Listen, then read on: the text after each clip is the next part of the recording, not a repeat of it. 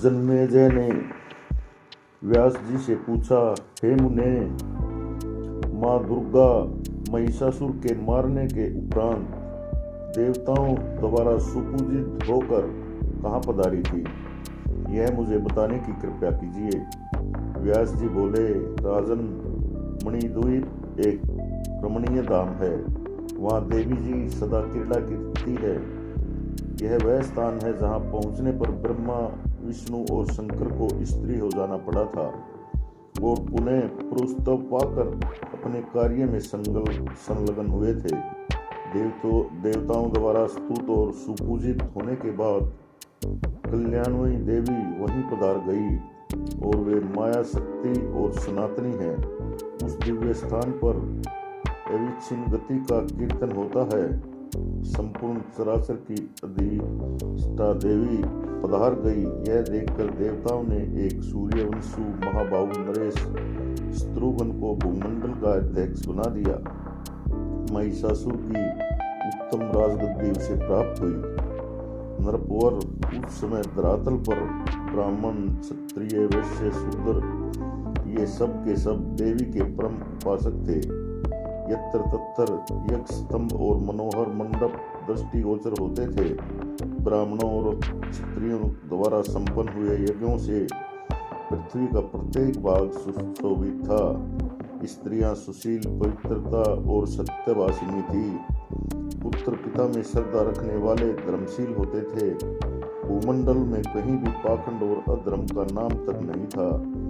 सभी मानव कार्य कुशल, सात्विक और वेद के जानकार थे। ब्राह्मणों में दान लेने की प्रवृत्ति नहीं थी। वे सभी 6 कर्मों में निरत थे। यज्ञ करना और कराना, दान देना और लेना तथा वेदों को पढ़ना और पढ़ाना, ये 6 क्रम हैं। महिषासुर के कारण उनके कार्यों में जो बाधा आ रही थी वह उसके मर जाने के बाद दूर हो गई। वे वेद पढ़ने में संलग्न हो गए। क्षत्रियगण प्रजा पालन और वैश्यगण व्यापार में लग गए। सभी मानव बड़ी तत्परता के साथ भगवती चंडिका के चरण कमलों में सेवा में प्राण रहने लगे। तो दोस्तों, यहाँ तक मैंने आपको महिषासुर के वध के बारे में बताया था। अब मैं आपको इससे आगे की कथा सुनाने जा रहा हूँ।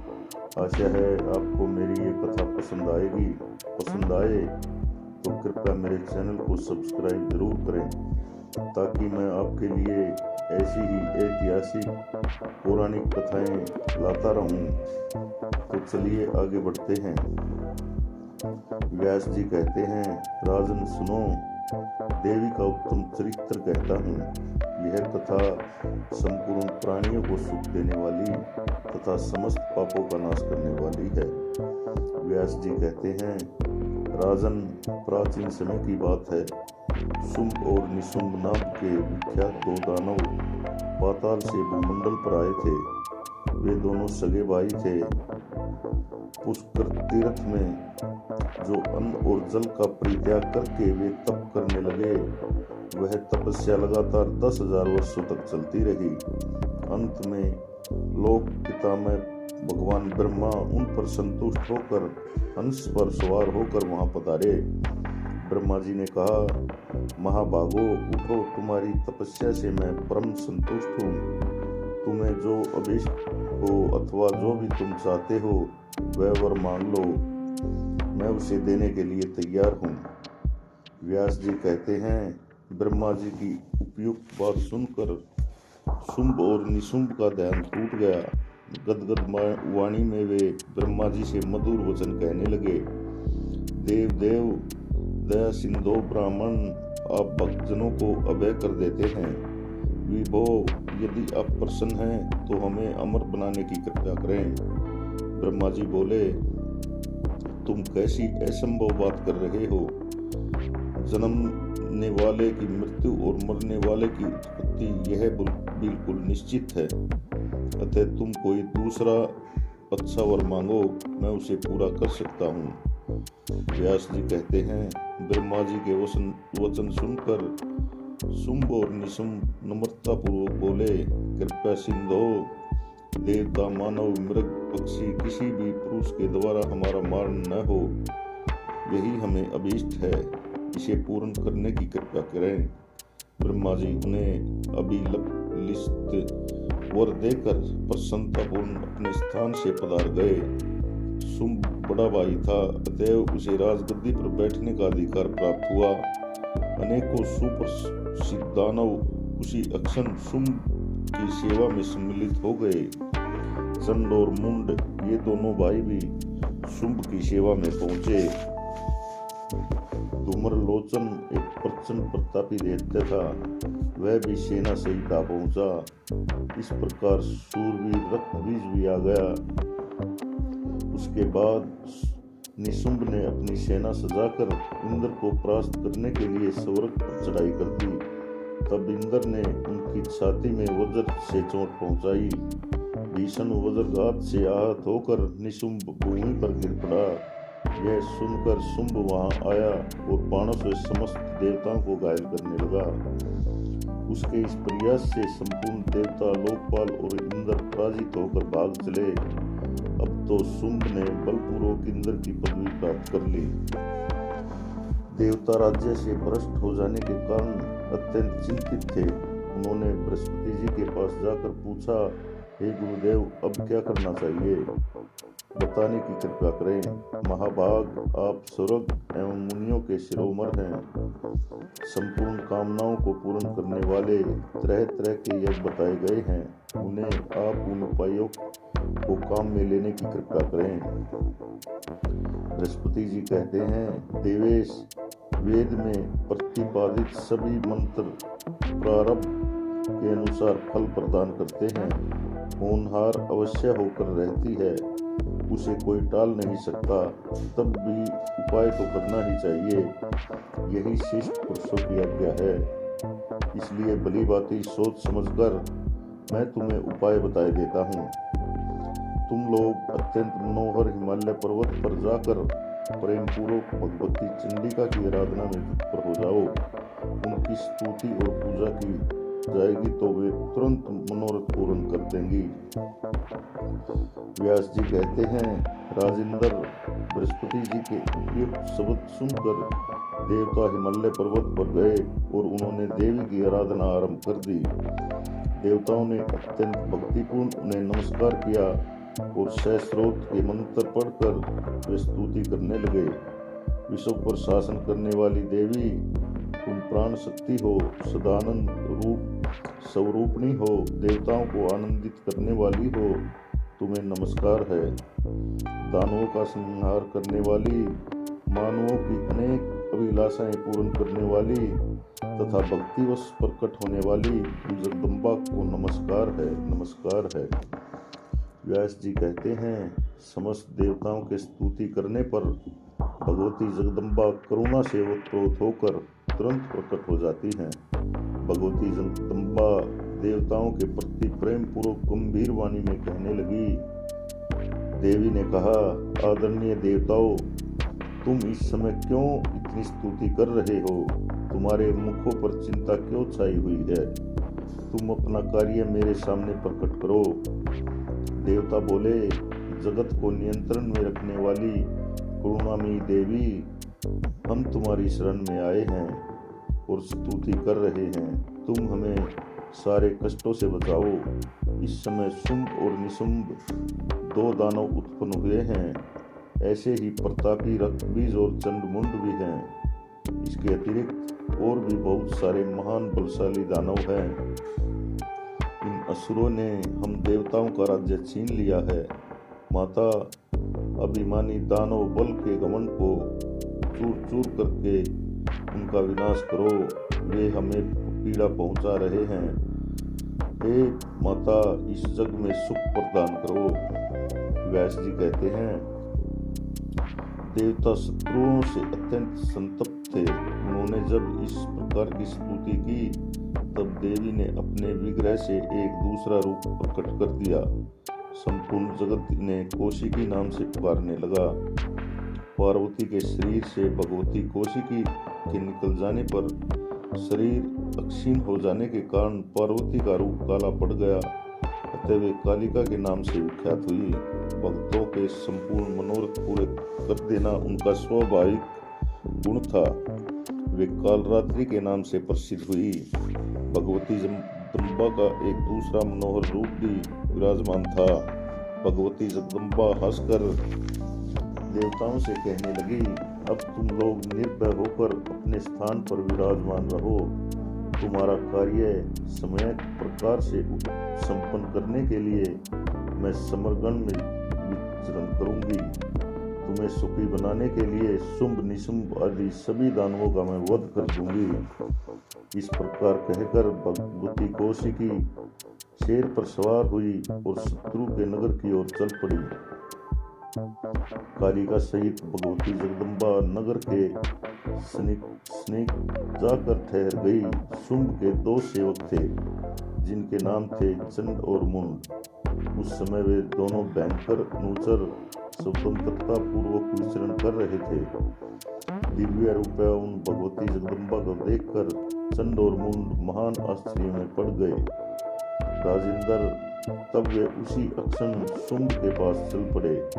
उसके पास पहुंचकर चंड और मुंड ने मस्तक झुकाकर प्रणाम किया। साथ ही मधुर वाणी में कहा, राजन, एक सुंदर स्त्री हिमालय पर्वत से निकली है। सिंह उसकी सवारी का काम दे रहा है। उसमें सभी शुभ लक्षण वर्तमान हैं। उसका पता लगाकर आप अपने घर ले आएं और उसे भारिया बनाने की कृपा करें।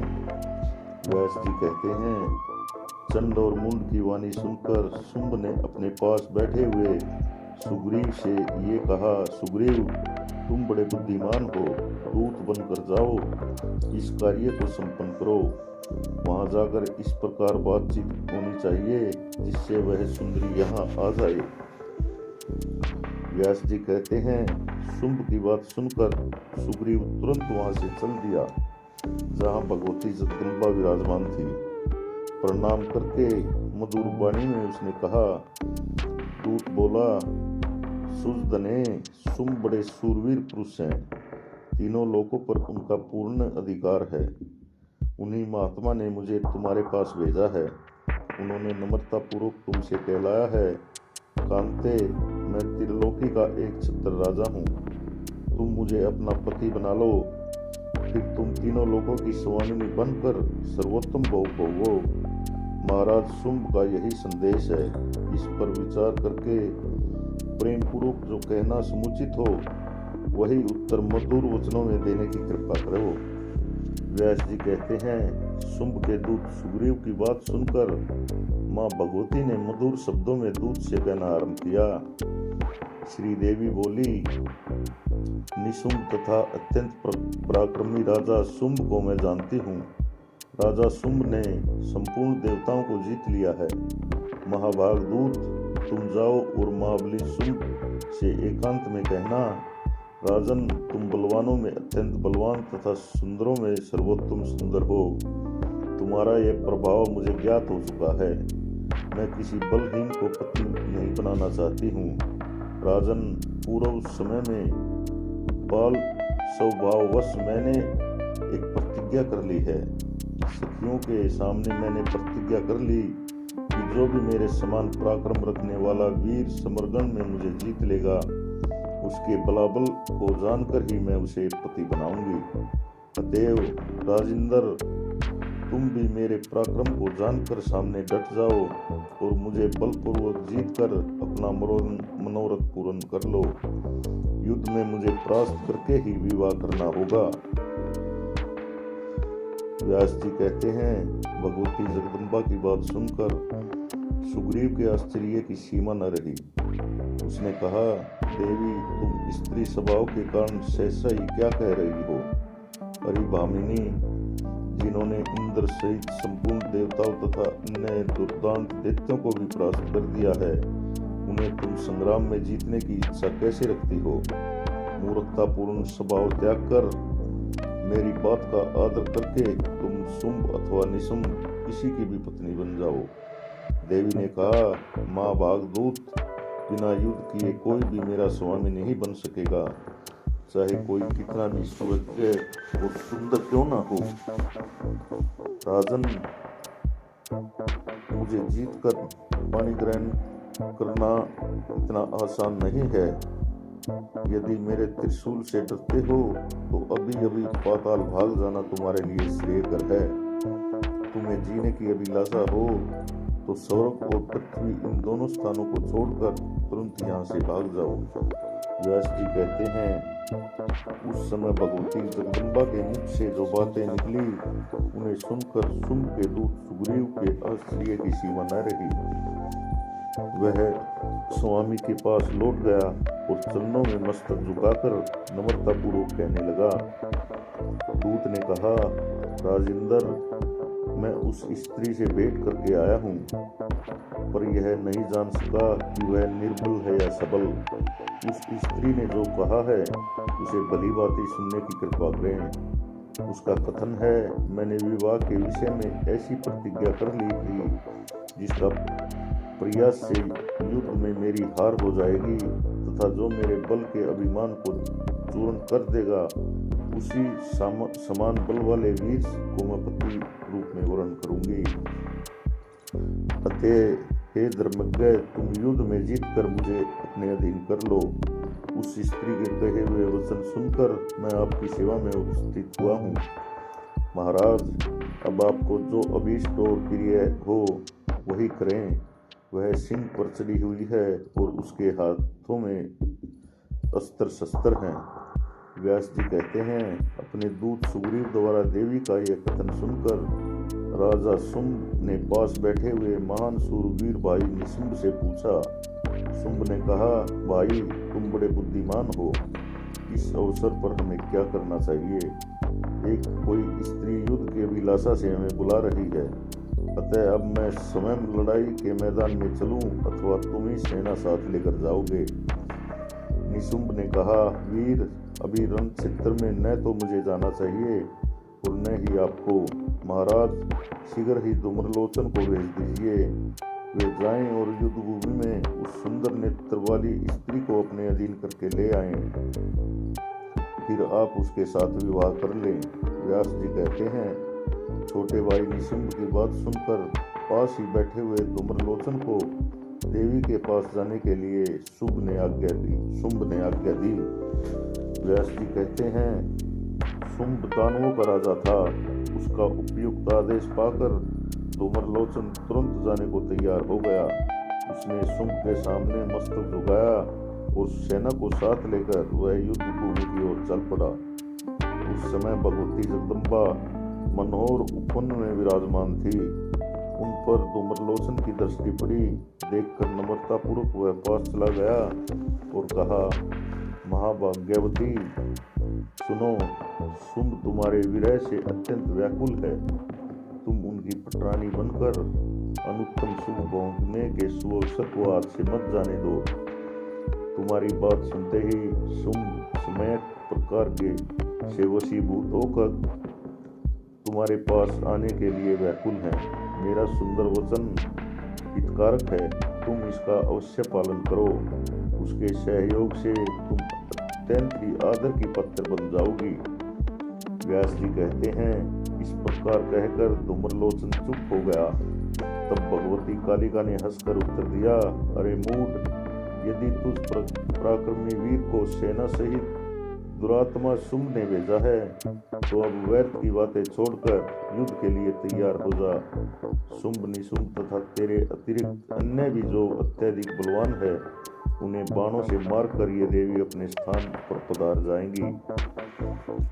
व्यास जी कहते हैं, महाभाग, भगवती का यह कथन सुनकर धूम्रलोचन की आंखें क्रोध से लाल हो गई। उस दैत्य ने भगवती काली से कहा, दुर्दशे, तुम्हें और इस मतवाले सिंह को सदा के लिए समरगढ़ में सुलाकर इस स्त्री को लेकर मैं महाराज के पास चला जाऊंगा, यह बिल्कुल निश्चित है। कालिका ने कहा, मूर्ख, क्यों अनाप शनाप बक रहे हो? धनुष धारण करने वाले वीरों का यह धर्म नहीं है। तुम्हारा धर्मराज भी सभा में उपस्थित होने का समय बिल्कुल समीप है।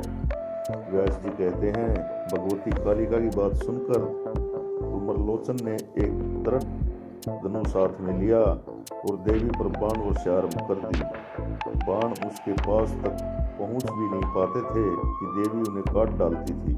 उसके बाद कालिका ने बहुत से तीक्ष्ण बाण धूम्रलोचन पर चलाए। देवी के उन बाणों से उस दानव के हजारों अनुचर निष्प्राण हो गए। अब रथहीन धूम्रलोचन के क्रोध की सीमा न रही। उसके पास एक लोह में सुदृढ़ परिध था। उसने तुरंत आगे बढ़कर देवी पर परिध फेंका। इतने में भगवती जगदम्बा ने ऐसा हुंकार किया कि उसके प्रभाव से धूम्रलोचन जलकर राख हो गया। धूम्रलोचन जलकर भस्म हो गया। यह देखकर सैनिकों के हृदय में अत्यंत आतंक छा गया। वे तुरंत वहां से भाग छूटे। अब भगवती जगदम्बा ने उच्च स्वर में शंखनाद आरंभ कर दिया।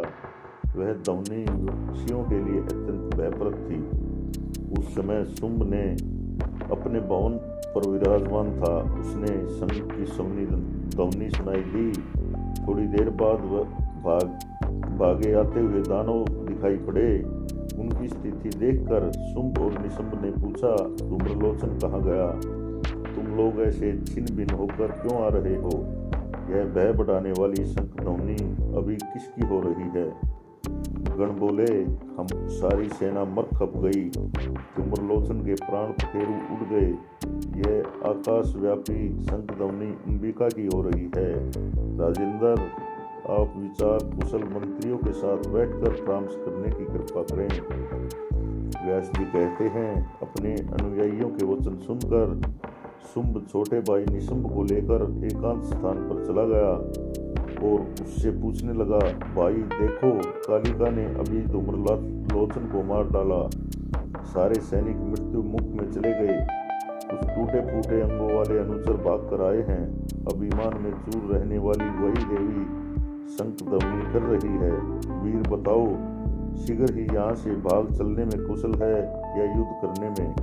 यद्यपि तुम छोटे हो, फिर भी इस दुखदायी समय में मैं तुम्हें बड़ा मान रहा हूँ। निशुंभ ने कहा, अनंत, इस समय न तो भागना ठीक है, न ही दुर्ग में छिपे रहना। इस स्त्री के साथ समय प्रकार से युद्ध किया जाए, इसी में अपना परम श्रेय है। मैं अभी सेना सहित समरगढ़ में जाऊंगा और उस अबला को मार कर लौट आऊंगा। अपने छोटे भाई निशुंभ की उपयुक्त बात सुनकर शुंभ ने उससे कहा, तुम अभी ठहरो। चंड और मुंड बड़े पराक्रमी वीर हैं। ये दोनों योद्धा पहले जाएं, क्योंकि खरहे को पकड़ने के लिए हाथी को छोड़ना शोभा नहीं देता। उसके बाद राजा शुंभ ने चंड मुंड से कहा, चंड और मुंड, तुम दोनों अपनी संपूर्ण सेना के साथ अभी यात्रा कर दो। उसे मार डालना तुम्हारी यात्रा का मुख्य उद्देश्य होना चाहिए। व्यास जी कहते हैं, महाबली चंड और मुंड शुंभ की उपयुक्त आज्ञा पाकर विशाल सेना को साथ लेकर उसी क्षण समरगढ़ की तरफ आदम के। भगवती जगदम्बा वहां विराजमान थी। उन्हें देखकर महान पराक्रमी चंड और मुंड शांतिपूर्वक उनसे कहने लगे, देवी, तुम क्या देवताओं की शक्ति कुंठित करने वाले शुंभ और इंद्रविजयी उग्र स्वभाव वाले निशुंभ को नहीं जानती? 18 भुजाएं होने के कारण जो तुम अभिमान करती हो वह बिल्कुल व्यर्थ है। शुंभ युद्ध में बड़े कुशल हैं। उन्होंने देवताओं को परास्त कर रखा है। भला उनके सामने इन व्यर्थ की बहुत सी भुजाओं अथवा श्रमदायी आयुधों से तुम्हारा कौन सा प्रयोजन सिद्ध हो सकता है? तुम भली भांति विचार करके इन सुवर्गीय स्वामी को पति बनाने का लाभ अपने हाथ से मत जाने दो। व्यास जी कहते हैं, उनकी बात सुनकर भगवती जगदम्बा बोली, अरे दूर, तू यहाँ से हट जा। क्यों कपटपूर्ण व्यर्थ की बातें बक रहा है? अरे सुन, संपूर्ण जगत मेरा ही शासन मानता है। मेरे हाथ से तेरा वध हो जाने के पश्चात तेरा भाई भी काल के मुख में जाने वाला है। उसके बाद शुंभ, निशुंभ और मदोन्मत्त रक्तबीज भी प्राण से हाथ धो बैठेंगे। अन्य भी जितने दानव है, मैं उन सब का समरगढ़ में वध करूंगी। इसके बाद अपने स्थान से चली जाऊंगी। व्यास जी कहते हैं, देवी के यूं उत्तेजित होने पर चंड और मुंड के क्रोध की सीमा न रही। उसके बाद देवी का चंड और मुंड के साथ परस्पर युद्ध आरंभ हो गया। देवी के मन में क्रोध उत्पन्न हो गया। रोष के कारण उनके मुख की आकृति ऐसी हो गई मानो काली घटा हो। जो वे काली वेग में विराजने लगी, उन्होंने बाघ की चर्म पहन रखा था। उनका वक्षस्थल नरमुंड की माला से अलंकृत था। क्रोध में भरकर काली पराक्रमी असुरों को हाथ में पकड़ती और उन्हें मुख में डालकर दांतों से चूर चूर कर देती। अब चंड और मुंड अपनी सेनाओं का यूं संहार होते देखकर वाणों की अनवरत वर्षा करने लगे। चंड ने एक विशाल गदा दाहिने हाथ में उठाई और उससे देवी पर प्रहार किया। देवी ने चंड के गदाघात को रोककर बाण पाश का प्रयोग किया, जिससे वह दानव बंध गया। भाई को बंधा देख कवच पहने हुए मुंड हाथ में दृढ़ शक्ति लेकर आ गया। उसे देखकर देवी ने उसे भी बांधने की व्यवस्था कर दी। अतः दूसरा भाई भी बंध गया। चंड और मुंड दोनों दानवों को फ्रेय की भांति गले में रस्सी डालकर लिए हुए हास्य विलास करती हुई काली भगवती जगदम्बा के पास आई। काली ने उनसे कहा, युद्ध रूपी यज्ञ बहुत प्रसिद्ध है। इसमें तलवार खंबे का काम देती है। उसी के द्वारा इनका आलम्ब करूंगी ताकि हिंसा का रूप भी सामने न आ सके। यूं कहकर काली ने तलवार से चंड और मुंड के मस्तक काट डाले। उसके बाद वे आनंद में भरकर उनका रुधिर पीने लगी। इस प्रकार उन प्रबल दानवों का वध देखकर जगदम्बा प्रसन्नतापूर्वक काली से कहने लगी, काली के तुमने देवताओं का महान कार्य सिद्ध किया है। मैं तुम्हें उत्तम वर देती हूँ। चंड और मुंड का वध करने के कारण अब जगत में तुम्हें चामुंडा के नाम से विख्यात हो जाओगी। व्यास जी कहते हैं, इसके बाद चंड और मुंड का वध निधन देखकर मरने से बचे हुए सैनिक वहां से भाग निकले। वे रोते हुए अपने स्वामी शुंभ के सामने जा पहुंचे और कहने लगे, महाराज हमें बचाइए।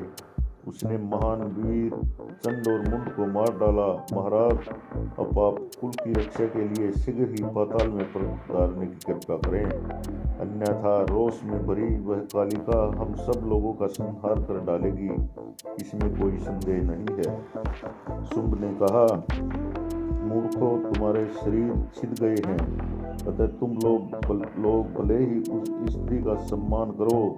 तुम्हें जीने की विशेष इच्छा है, इसलिए तुम तुरंत युद्ध भूमि से भागकर पाताल में जा सकते हो। मुझे तो अपने धर्म का पालन करना है, अतएव मैं युद्ध करूंगा। तो दोस्तों, ये था चंड और मुंड का युद्ध में कालिका द्वारा वध। इससे आगे की कथा हम अगले वीडियो में करेंगे। तो आपको मेरी ये कथा यहाँ तक कैसी लगी? अच्छी लगी हो तो मेरे चैनल को कृपया सब्सक्राइब करो, ताकि मैं आपके सामने ऐसी ही पौराणिक कथाएं लाता रहूं। धन्यवाद। जय हिंद।